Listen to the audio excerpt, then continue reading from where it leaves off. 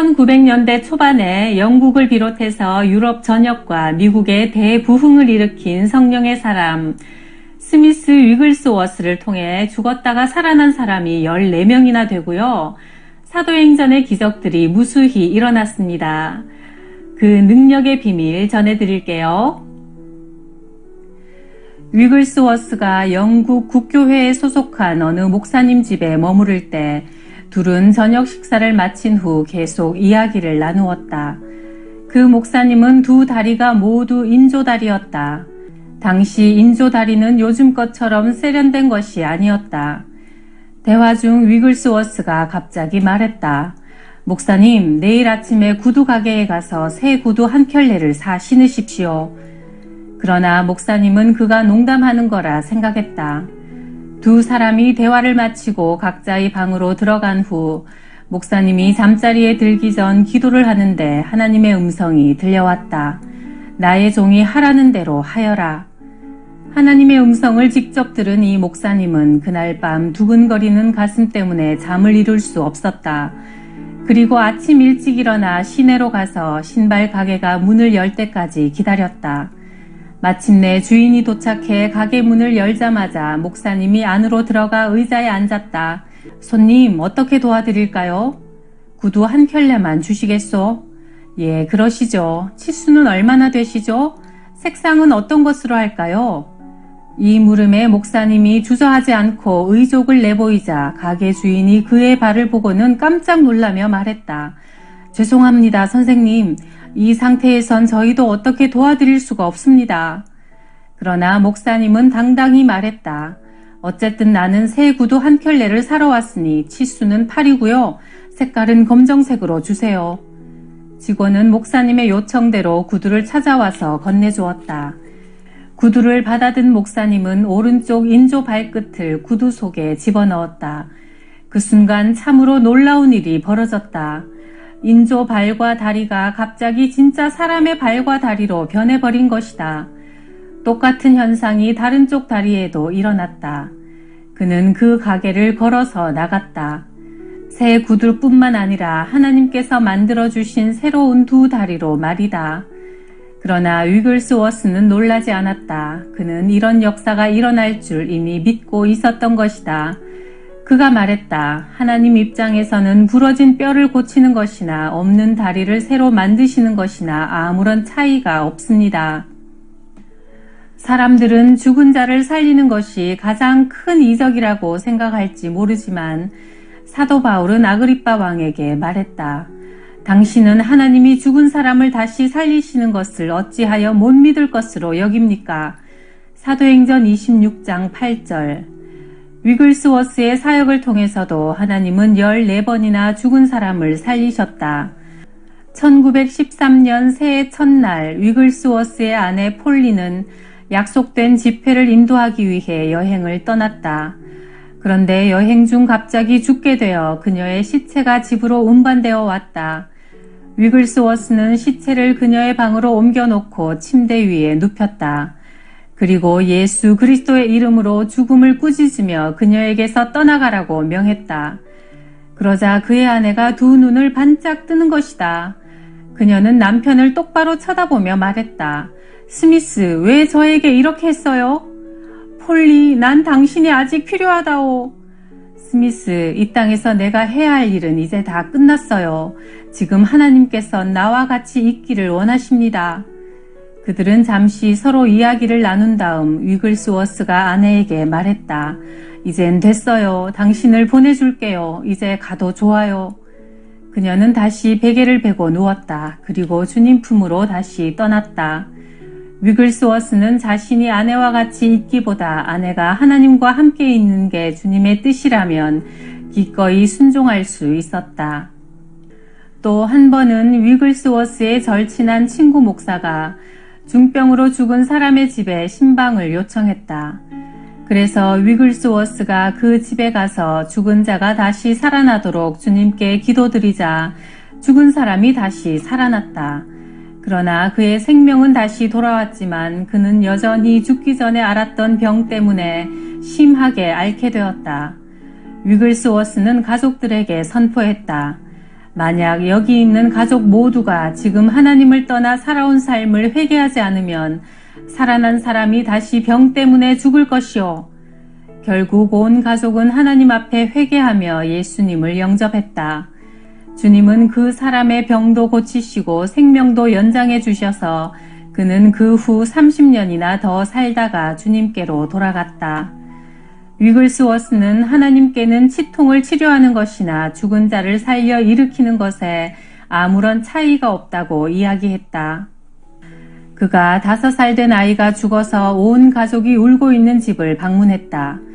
위글스워스가 관 속에 누워있는 아이를 바라보자 이 천진난만한 꼬마가 차가운 시신이 되어 벌써 관 속에 누운 것이 불쌍하여 눈물이 흘렀다. 그는 이미 딱딱하게 굳어버린 아이의 시체를 두 손으로 번쩍 들어올려서 벽에 기대어 세워놓고 주 예수의 이름으로 사망을 꾸짖었다. 사망은 이 아이의 몸에서 떠나가라. 그 순간 죽었던 5살짜리 아이에게 생명이 돌아와 살아났고 온 가족은 기쁨에 넘쳐 예수 그리스도를 생명의 주인으로 모셔드렸다. 어느 날 위글스워스가 집에 있는데 하나님께서 밖으로 나가라는 마음을 주셨다. 아브라함처럼 어디로 가야 할지 알지 못한 채 그는 순종하며 밖으로 나왔다. 지나가는 사람들을 보며 하나님께서 누구를 구원하길 원하시는지 물었다. 문득 마차를 몰고 가는 마부를 보았을 때 하나님께서 그에게 그 마차에 타라고 하시는 것 같았다. 빌립이 마차를 타고 집으로 돌아가던 이디오피아 내시에게 전도했던 것처럼 위글스위스가 순종하여 마차 위에 뛰어오르자 마부는 깜짝 놀라 화를 내며 그를 밀쳐서 떨어뜨리려고 했다. 그러나 그들이 목적지에 도착했을 즈음엔 그 마부는 이미 예수님의 사람이 되어 있었다. 이 일이 있은 지 4일 후 위글스워스의 어머니가 그에게 물었다. 얘야, 혹시 마차 끄는 마부에게 전도한 적 있니? 네, 있습니다. 그의 아내가 나를 만나러 왔었단다. 자기 남편이 어제 죽었대. 그런데 자신에게 복음을 전해주어 천국 가게 해준 너한테 감사 인사를 전해달라고 하더구나. 한 번은 어느 여자가 아들의 결혼 생활에 문제가 생겨 도움을 구하려고 위글스워스를 찾아왔다. 젊은 아들이 주님을 참으로 사랑했고 현숙한 여자와 결혼했는데 그만 타락의 길로 빠져들어 결국 아내를 버리고 어머니가 계시는 고향으로 되돌아왔단다. 이 상황으로 어머니는 큰 고민에 빠졌다. 위글스워스가 그 여인에게 말했다. 혹시 손수건이 있으면 저에게 주시겠습니까? 그는 그녀의 손수건에 손을 얹고 간절히 기도했다. 하나님, 이 젊은이가 양심이 찔려서 죄책감이 들게 하옵소서. 기도를 마치고 이 손수건을 여인에게 건네주며 이 손수건을 아들 베개 밑에 넣어놓고 이 사실을 아들한테는 이야기하지 말라고 했다. 여인이 집에 도착했을 때 마침 아들이 나가고 없었다. 그래서 위글스워스가 시키는 대로 했다. 실컷 놀다가 한밤중에 집에 들어온 아들은 방에 들어가 침대에 누웠다. 그의 머리가 베개에 닿자마자 그는 한 번도 겪어본 적 없는 참으로 무서운 죄책감에 사로잡혔다. 허둥지둥 침대에서 빠져나온 그는 무릎을 꿇고 앉아 진심으로 회개하기 시작했다. 이미 밤이 깊었지만 엄마를 깨웠다. 엄마, 걱정 마세요. 저 다시 집으로 돌아갑니다. 하고는 자기 집으로 돌아가 그의 아내와 화해하고 믿음의 가정을 세워나갔다. 위글스워스가 브래드포드에서 런던행 기차에 몸을 싣고 구석에 자리를 잡고 앉았다. 같은 구간에 5명의 사람들이 더 와서 같이 앉아가게 되었다. 습관을 쫓아 그는 성경책을 꺼내서 읽어나가다가 작은 목소리로 기도하기 시작했다. 같이 옆에 동행하는 사람들에겐 한마디 말도 건네지 않았다. 런던을 50km 남겨두고 그는 화장실에 다녀왔다. 그가 자리로 돌아왔을 때 바로 옆자리에 앉아있던 남자가 창백한 표정으로 말을 건네왔다. 이게 뭔지 도무지 잘 모르겠습니다만 당신이 옆에 앉아있는 내내 뭔지 모를 지독한 두려움이 나를 엄습해 오더군요. 이러다가 내가 죽는 게 아닌가 할 정도로 무서웠습니다. 대체 이게 뭡니까? 그러자 주위의 다른 사람들도 모두 같은 느낌을 받았다고 이야기했다. 위글스워스는 그들에게 예수 그리스도의 복음을 전한 후 구원의 확신에 대해 설명해 주었다. 그들은 모두 기차 바닥에 무릎을 꿇고 예수님을 그들의 구주로 영접했다. 어느 날 위글스워스가 편지를 한 통 받았다. 저희 집으로 한 번만 와주시겠습니까? 지금 우리는 극심한 고통에 사로잡혀 있습니다. 그 절박한 편지의 주소에 도착하자 크고 웅장한 대저택이 나타났다. 초인종을 누르자 외모가 준수한 신사가 문을 열었는데 얼굴엔 수심이 가득했다. 그는 위글스워스가 도망갈까봐 팔짱을 꽉 끼고는 한마디 말도 없이 카페트가 깔린 거실을 지나 손살같이 2층으로 올라갔다. 어느 방문을 열더니 위글스워스를 그리로 들어가라고 하고는 자기는 들어오지도 않고 문을 닫아버렸다. 방에는 17살쯤 되어 보이는 소녀가 소리를 질러대며 발악하고 있었고 3명의 장정들이 그녀를 진정시키려고 땀을 뻘뻘 흘리고 있었다. 얼마나 발악을 했던지 옷이 거의 다 벗겨진 상태였다. 그 소녀는 귀신이 들려서 사납게 날뛰고 있었다. 그녀의 아버지는 굉장한 부자지만 딸을 정신병원에 감금시키고 싶지 않아서 대신 집에 가두어 놓고 세 남자를 고용해 딸을 지키도록 한 것이다.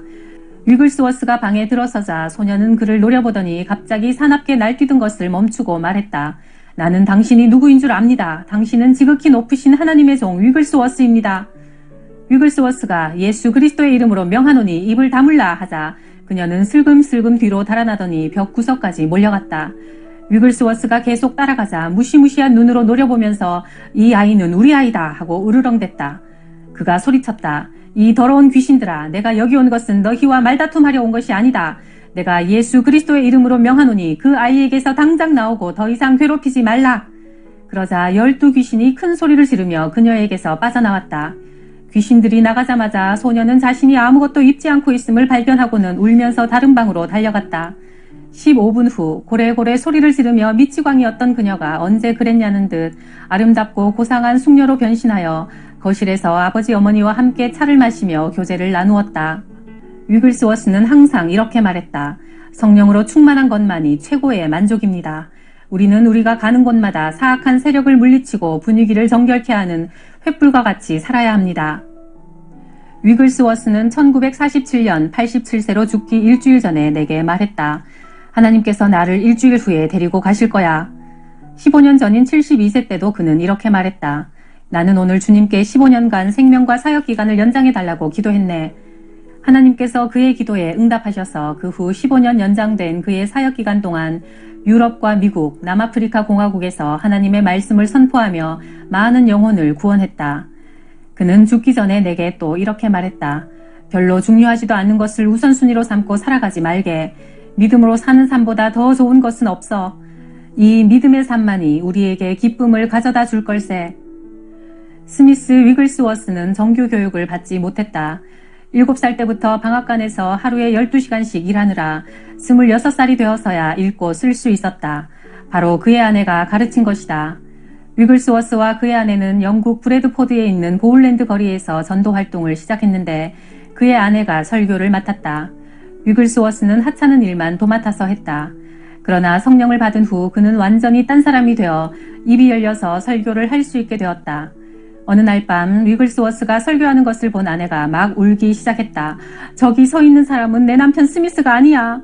옛사람 스미스 위글스워스는 어디론가 사라져버리고 이제 그의 말과 행동에서는 예수 그리스도만이 나타났다. 그의 사역을 통해 일어난 대부흥은 영국과 유럽 대륙 그리고 미국 전역을 휩쓸고 지나갔다. 그는 매 주일마다 금식했으며 평생 성경 한 권만 읽고 또 읽었다. 위글스워스가 세상을 떠난 후에도 하나님은 여전히 그가 했던 사역을 다른 사람들을 통해 계속 이루어 가셨다. 내 형이 목사였는데 위글스워스의 임종을 보기 위해 그의 집으로 갔다. 위글스워스는 손을 내 형에게 얹고는 이 초자연적인 하나님의 사역을 계속 이어 감당하도록 위임을 내렸다. 그리고 예언하기를 일주일이 지나기 전에 자네를 통해 내가 했던 일과 동일한 하나님의 하시는 일들이 드러날 걸세 했다. 며칠 후 주일날 젊은 여인이 아기를 데리고 저녁 집회에 왔다. 그 아기는 두 눈이 없는 상태로 태어난 완전 소경이었다. 형이 눈을 감고 아기를 위해 기도하기 시작했고 기도를 마치고 두 눈을 떴을 때 그 아기의 얼굴엔 완전히 새로운 두 눈이 어느새 만들어져 있었다. 위글스워스가 말한 대로 일주일이 지나기 전에 형에게 하나님의 하시는 일들이 이루어진 것이다. 형은 82세 나이로 죽을 때까지 하나님의 능력의 사역을 계속하다가 주님께로 돌아갔다. 위글스워스는 초자연적인 사역을 내 아들이 3살 반이었을 때도 위임했다. 그는 손을 어린 내 아들에게 얹고는 앞으로 이 초자연적인 사역을 감당하도록 위임 기도를 했다. 아들은 커서 목사가 되었고 유고슬라비아에서 집회 중일 때 어린 소녀가 인도되어 왔다. 이 소녀의 한쪽 눈은 예전에 뾰족한 막대기에 찔려 완전히 망가져 있었고 하얀 흰자위밖에 보이지 않았다. 내 아들은 손을 얹고 기도를 해주었다. 기도를 마쳤을 때 그 눈은 완전히 새 눈으로 회복되어 있었다.